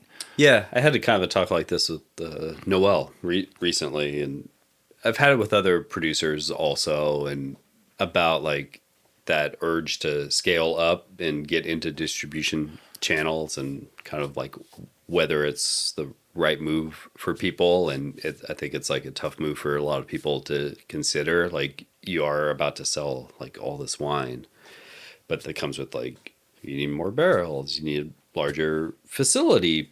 Perhaps like maybe you need somebody to like handle some of it. If you're selling a certain amount, like you need somebody to do some paperwork and things like that. And so there are other costs involved, and you're making less per bottle, basically. Way less. Like, you know, you're making half the amount. So you need to sell at least twice as much then, if that's the case, to break even. Yeah, I was talking with a friend of mine and you know, just running through his costs with him. You know, he didn't factor in like gas costs, you know, and he drives a lot, right? I'm like, yeah, you know, and I'm not even talking about distribution at this point. It's even like understanding what it costs you to produce your wine. Right. You're just driving like vineyard to vineyard, coming up on harvest to check, see how everything's looking. But you might be driving from Sonoma to El Dorado to Santa Cruz to San Benito and back. And you do that like 8 times. And it's time, you know, and it's time, which is right. You're not doing something like, else. Yeah. Right? So I think, that's the problem with like artists and passion, is that a lot of those things don't factor in because it's like, that's what they want to do. They're going to do it anyway. But it's like at the end of the day, if when you deal with the business side, scaling costs a lot. As you just, it's difficult, and that's where an organization helps, right? That's why I'm kind of like, that's missing here. A lot of people need help understanding that, and there should be trade organizations that work with craft artists and winemakers that help them understand these processes, that help them understand pricing properly, right? That understand, like, I literally, I'm like, if you're in a, it's difficult to be in a book with a $4.50 Italian wine that you're competing with for by the glass at a restaurant that doesn't really care, right? I'd say, like, yeah, you might not want to be in that book. And so it's those types of conversations of where do you want to be? How are you going to get there? What are the best ways for you to get there? So one, I'm going to throw like an idea around here. I don't think anybody should have a distributor working for them in the Bay Area that's making wine in the Bay Area, because I think this is a barrier to entry. And like, these are areas that an organization, that certain winemakers should, not everybody, of course, but certain winemakers should be able to, this is their home turf, right? This is where they're going to make their money. The most money is right here in their marketplaces. And as soon as they're working through a distributor, their margins are killed. And a lot of them don't understand the economics of distribution either. It's like, when I heard the margins, I'm like, wait a minute, you're less than, double. Like, if I'm a reseller, I've got to make a certain margin on the product, and I can't do that if you're selling to me, at a certain price, and you're selling it online at less than a certain markup, right? So sometimes those they don't understand, the economics don't even work for distribution for them, which gets into pricing. We didn't talk about that, right? Yeah, pricing. Everybody's in the bucket of the $30 bottle, and it doesn't matter if you're making your wine at a custom crush facility with grapes that you don't even know where they came from, because I've seen this. I've seen winemaker bottles on shelves at $30 made by a winemaker who actually couldn't tell me where they got their grapes, right?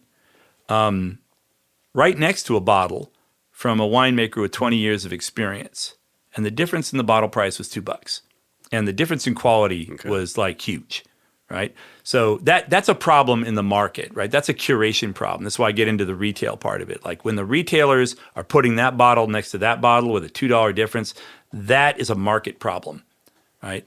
One bottle is a hobbyist bottle, and the other bottle is a piece of art that you need to sell and market in a different way. They're putting it there because they're like, I can't sell it if it's more than $30. Right? You hear that all the time. I can't sell it if it's more than $30. That's something I think we also have to talk about, which is, why can't we sell it? That's storytelling. That's storytelling. Yeah. That's what I mean. That's the problem with the lack of the right retailers telling the right story about what's actually happening here. I've talked to multiple other winemakers that have kind of like pointed that out, that pricing discrepancy, and just, it's tough. I mean, like, owning a small business can kind of suck. There's a lot of things pulling people in different ways for their time. I've talked to a lot of people that, farming the vineyard takes away from time selling wine. And so it's like, what gives? Like, farming that vineyard that they feel attachment to, that they feel is at like the root of all their winemaking, or trying to get some of these cases out the door that are kind of backing up, and like one just pulls away from the other. But I can tell you, like, I'm talking with some distributors right now, and I'm shocked by how little they do. Right. It's really interesting to me. They're kind of like, yeah, it's the responsibility of the winemaker to kind of do all the sales work, and then we'll like fulfill the orders for you.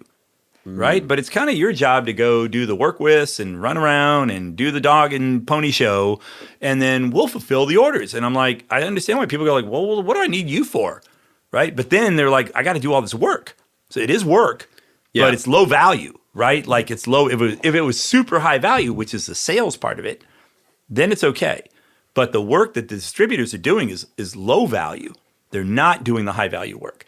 So this gets back to the issue of, the problem is really systemic. You don't have a fully dedicated, retail chain, right? You go to Chile, and you'll have chains that only sell Chilean wine everywhere, right? And we don't have anything remotely like that here. And again, I think Vintage Berkeley is doing the best job that I see in doing that. We don't have the dedicated space. It's like, here is the wonder of our local winemaking community. We don't have the distributor. So that's a real problem, right? Because you go into that shop and the storytelling's different. The expectations are different, right? And if you had a distribution network that got that, right?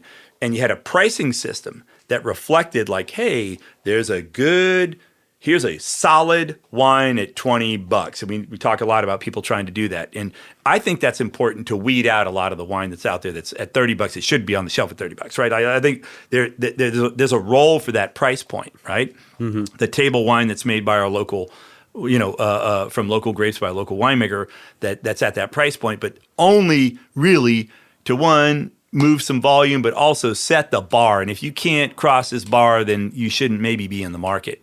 Right. And then you get into the $28-$30 bottle range. And then you start creeping up. And that's where storytelling, I think, really matters. And you've got to be in a place, in a shop with people who really believe in that story. And that's missing. It's missing. We don't have it, which is kind of ironic. Yeah. In some ways, it's like, it's hard to believe that it doesn't exist, Yeah, that's what I think is kind of interesting about, the idea. We talked a little bit about this.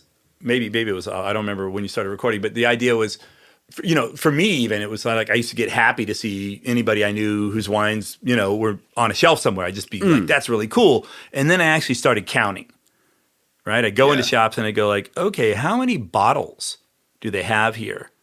And how many of them are made by local winemakers that are independent, winemakers?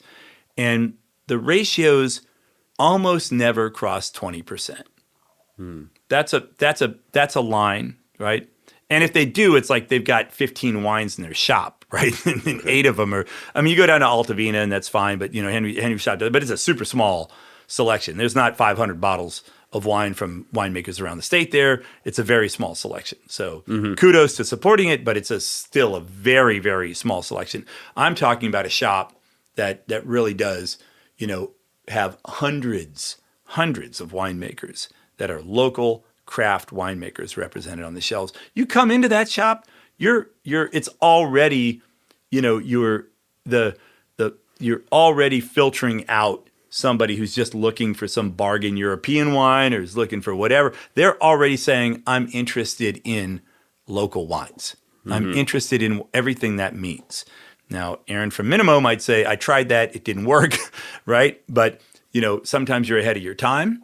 Sometimes maybe you need, there's a tipping point in things. And that to me, I think is a big part of this is somebody has to go out there and push that rock over the retail hill. Yeah. And location, I think, matters a lot. Yeah. Also, just being around where people that are interested in those wines. Like Berkeley is a pretty good example. Historically, a large amount of local produce, slow food type restaurants, crazy farmers markets. People are used to like handing over cash to the farmer for a sack of tomatoes, or why not be able to do that with the wines?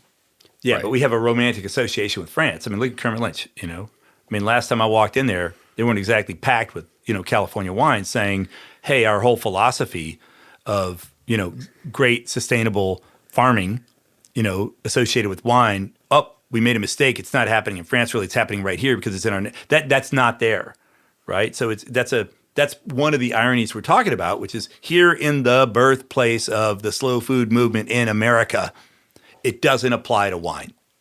Yeah. Right? It's grown here. It's made here.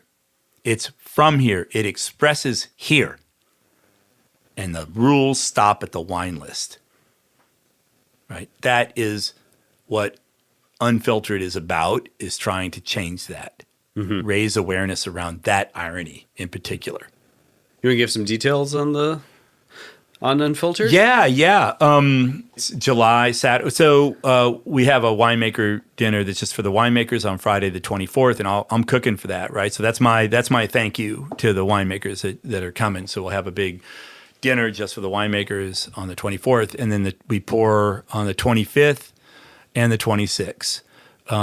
We introduced the first year. We have Allie Bader, who's our winemaker, to watch, of kind of celebrating, somebody young and skilled in making wine. But we've got a lot of great young winemakers coming to pour with us this year. But it's a 2-day event.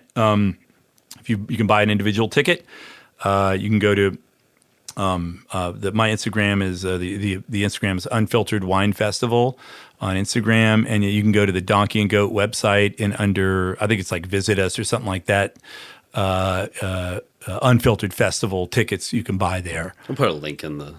Oh, okay, cool. Yeah. They're for sale if you want to get tickets there, and it's there's no parking fee, there's no fee to attend the lectures or anything like that. It's come and enjoy our local scene right here in Berkeley. I mean, I share your passion for this stuff, I said, I think like I feel your shared passion for, like, there's something wrong. There's something wrong here. Like, there's something really wrong. And it's not, and I think that's what hits me. It's like, it's not enough to just celebrate and go, woohoo, let's have a party for our local winemakers here, and let's have an event for our local winemakers. That's not enough. And other people are doing that better. Like, there's some festivals out there that throw a party and it's great. That's not enough for me. I want to change the economics of what's happening here. And that I hope that's like my contribution, in some ways, to help push that rock. I know a lot of people are pushing that rock, but I want to push that rock with them. Awesome. That's why I message in the event, it's like, buy the wine. It's a big deal. I'm like, buy the wine. You cannot find these wines. If you like it, buy it. I've got those big boards everywhere, right? Yeah. Because I'm like, people don't always get it. They're going through going, I like it, I'll get it later. And they don't.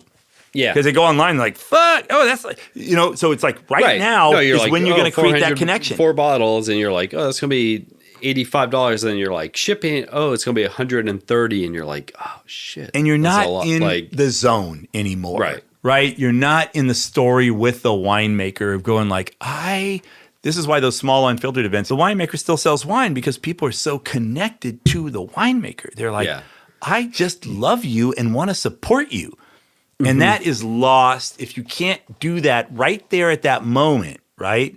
It's not just the buying of the wine from the winemaker. That's the start of a relationship, right? That's what it is right there. The wine is not the big deal. So the winemakers go like, I made money on the festival. It's like, okay, great. But you also got to hook into somebody's story. Like, you're in their mind now.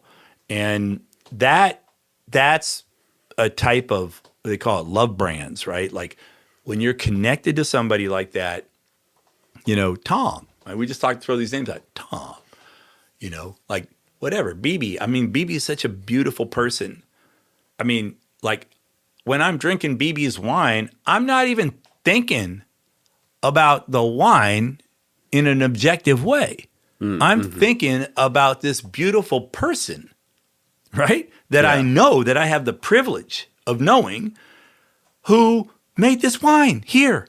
BB's aura is in that bottle.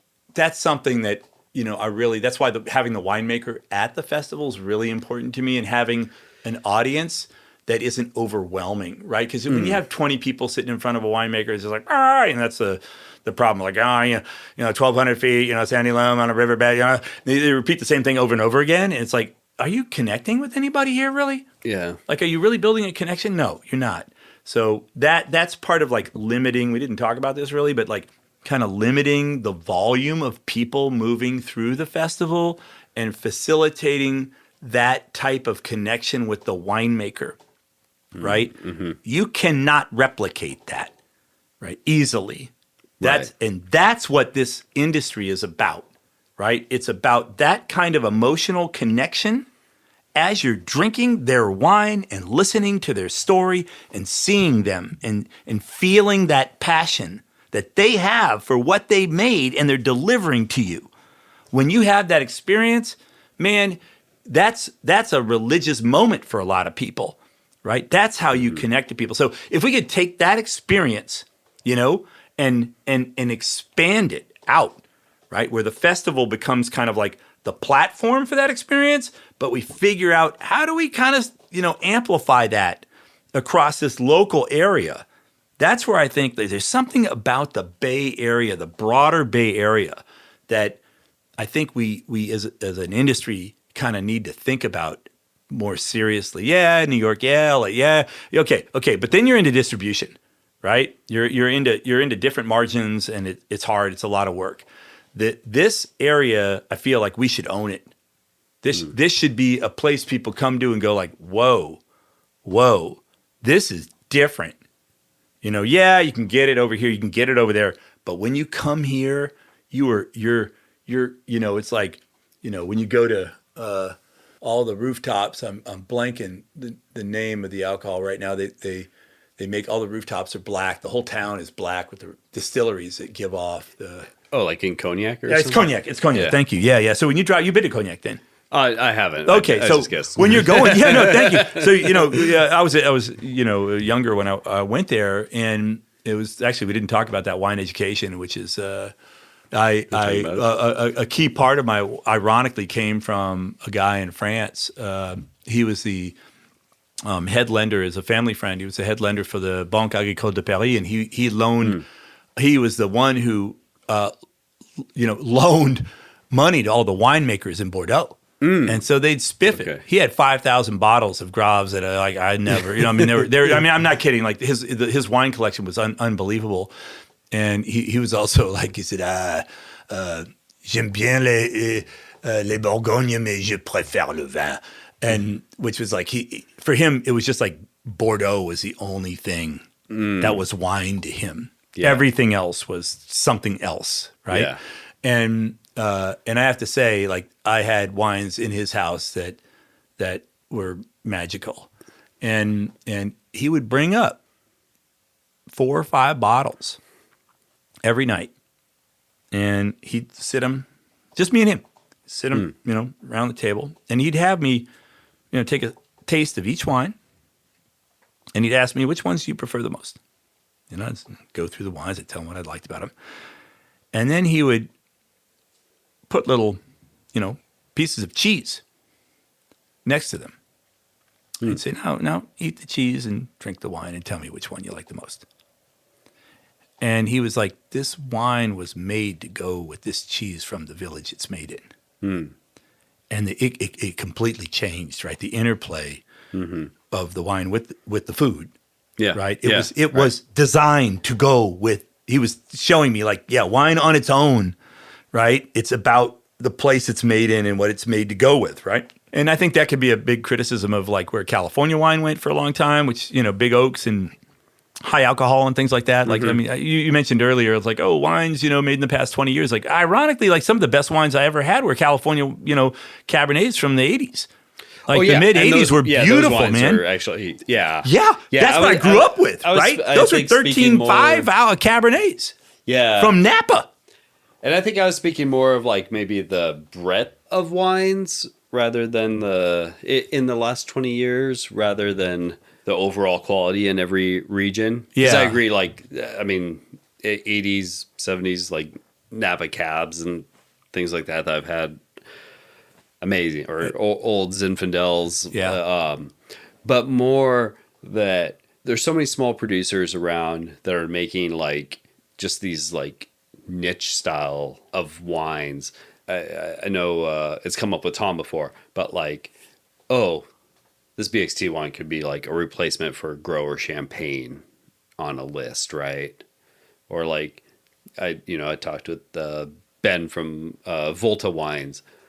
He's specializing in Spanish varietals, barrel aged rosé that's 3 years old Godeo, you know, like you could have a Spanish restaurant and have Ben's Rosé on the list. This is a local wine that's made, you know, looking to those, you know, Spanish rosés that like every wine lover loves. But hey, this is made like 20 miles away from here, you know, like you could drive to the vineyard after dinner if you wanted. So I think the breadth of California wines now, there's like steely cut Chardonnays, you know, high acid, like just rocky wines. There's big oaky barrel aged full mallow ones. There's like everything in between. People are working with grapes that weren't available here 20 years ago, 30 years ago. I mean, you know, like Harrington wines, they're bringing in like Italian varietals, Caricante, and like things like that. There's just so many different styles of wines that people are like working with. And a lot of people, even small producers especially, have like these like little like razor sharp like little like visions and niches that they kind of like dive into, which I think is super cool. And what I was meaning by that is like I feel like there's like a California wine that can reasonably fill a lot of these niches and different styles, or at least sit next to them, give them a chance, you know, give them just like a fighting. So, you know, in life, sometimes we all just need like that fighting chance, puncher's chance. You know, there's like, right. There's always, you know, whatever, when you've got, I think this is what's interesting. I mean, I really like what you're saying here, because I've been struggling. One of the things we're talking about, you know, maybe bringing up in as one of the panels is kind of like, what is California wine? You know, like there's like, what is it? And, you know, Wes Box was one of the Unfiltered, you know, presenters, and he's like, we're just starting to understand our geology. Like there's just so much going on. We're just understanding the interplay. And he was talking about like certain people who know what to grow where, but they can't make the wine from it. They really suck at making wine. So but they're growing the right varietal in the right place. And when the right winemaker gets it, it sings, right? So he's kind of like this. We're still in these early. So when you're competing against, you know, places in Europe that have been doing this for hundreds and hundreds and hundreds of years, and they're only growing one varietal in one place in the whole thing, and somebody's completely dialed it in. You're like, yeah, you know, what you're gonna get something there, right? But I remember like Matt Neese made a really interesting comment in one of his talks, and he kind of, you know, the way he does it, he's like, you can grow anything in California. You know, like grapes grow, like they grow really well here. They grow everywhere. Like grapes grow here, and that's a problem in a way, right? Because it's like, it's not like they only grow in this one spot in this one way, and this varietal only grows there. It's like you can kind of grow it everywhere.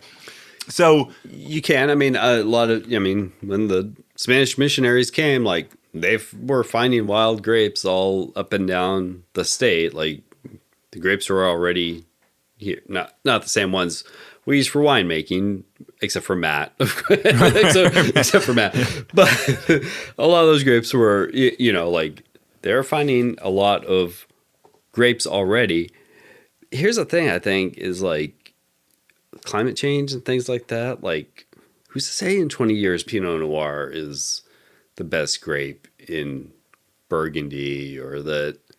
I mean, Bordeaux is a little different because you kind of have it's a wine based on blends, so you can always like lean a little more toward like, oh, maybe the more Cab Franc or something like that. But who's to say that like regions that have concentrated on one grape, that in 20 years it'll be the best place to grow the grape? Who knows if it's the best place to grow the grape now?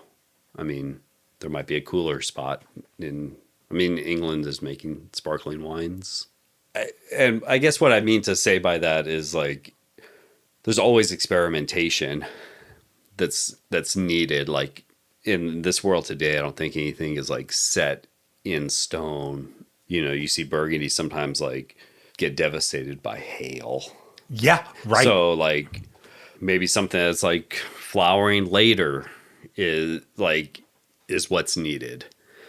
Or maybe there's a way through viticulture that they can push flowering back. But you're running into rains on the other side. So I guess all I'm saying is like, yes, California has a much shorter, 250 years, like if you're being like super generous of viticulture. But there's a lot of stuff we're dealing with that you didn't have to deal with 250 years ago also. And I think experimentation is kind of needed in any region right now. Right, right. So I guess what you're saying is, in a way, the advantage is that we aren't settled into a particular rut, and things are still in flux and somewhat fluid. And people I don't know if it's a disadvantage or an advantage or what. I think California, maybe the advantage is that California is maybe kind of like the ultimate like melting pot, stew, whatever you want to call it, and experimentation has always been kind of like part of the DNA of the state. I think it's always been a place like people have been kind of like pushing the envelope for things and experimenting and coming to find, I guess, like a better way of life. In the state, I think, for the most part, not always has been like open to that. So maybe that experimental quality is a little more open. Traditions aren't as set. Maybe that might be the advantage if there is one. But well, as you were talking earlier, I was kind of sitting here because this is a topic that I've been like thinking about. Like, how do you message this, right? Yeah. How do you tell people like what is this artisan wine industry, right? Like, what can you expect? You used to have, when I grew up, it was like Napa Cab, right? And then it was Chardonnay. Chardonnay got really big and powerful and some great big oaky, buttery shards. And people forget, like when those first came out, this was pretty damn good. And, that defined a lot of California viticulture. And when you were talking, I was kind of like, California wine is everything. And that's what's weird about it. Right, You got Matt and East going.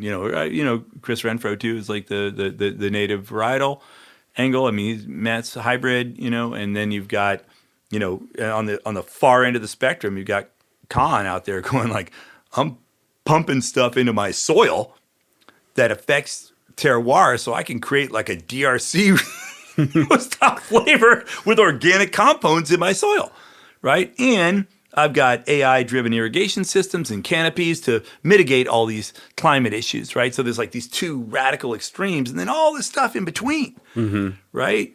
I mean, I don't know. Like maybe that's it. It's like that's California. It's just it is in constant flux. It's always it's like the fault line state, right? The state's tearing itself apart and remaking itself all the time. It is. I mean, I think you hear that a lot with like San Francisco, for example.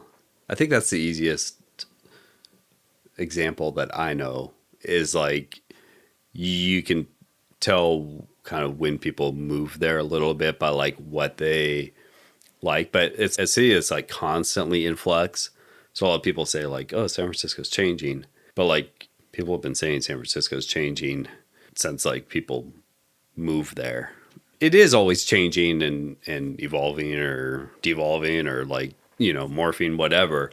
But it's just in a constant state of flux. And you like always have different energy. It's a port town going through. Yeah. Yeah. And it's the farthest west port town also. And so like, if you're moving west, it's about as far as you can get before you run into water. Yeah. It's the end of the line town for sure. It is. Yeah. And so it's always kind of been like that back when it was Yerba Buena. Yeah. And so, yeah, the state as a whole is a little like that. But I mean, around here, it's kind of maybe the best example of it, I think. All right. We should probably get some dinner. Thank you. I'm looking forward to the festival. Yeah, thank you. I'm looking forward to having you there too. Yeah. Awesome. Thanks, man. This was great. Yeah, thank you, Matt. Thank you for all you do, man. Yeah. Yeah. Just try to get the word out, Yeah. Thanks for listening today. The Unfiltered Festival is going to be a great 2-day event, and the added bonus of the week leading up to it will make it even better. Again, you can find tickets at donkeyandgoat.com/unfiltered. The link is in the show notes also. And follow Andrew and the festival at instagram.com/unfilteredwinefestival. Please follow the podcast on wherever you're listening and the Instagram at IndieWinePodcast. You can email indiewinepodcast@gmail.com or Instagram with comments, questions, or feedback. If you're enjoying the podcast, I'd love it if you told a friend or wine lover about it and help spread the word. Rating, reviewing, or donating at patreon.com/IndieWinePodcast helps a lot too. It all goes to offsetting podcast expenses, keeps it ad-free, available for everyone, allows for more episodes, and helps support independent folks. We'll be back soon with another episode. Have a good one.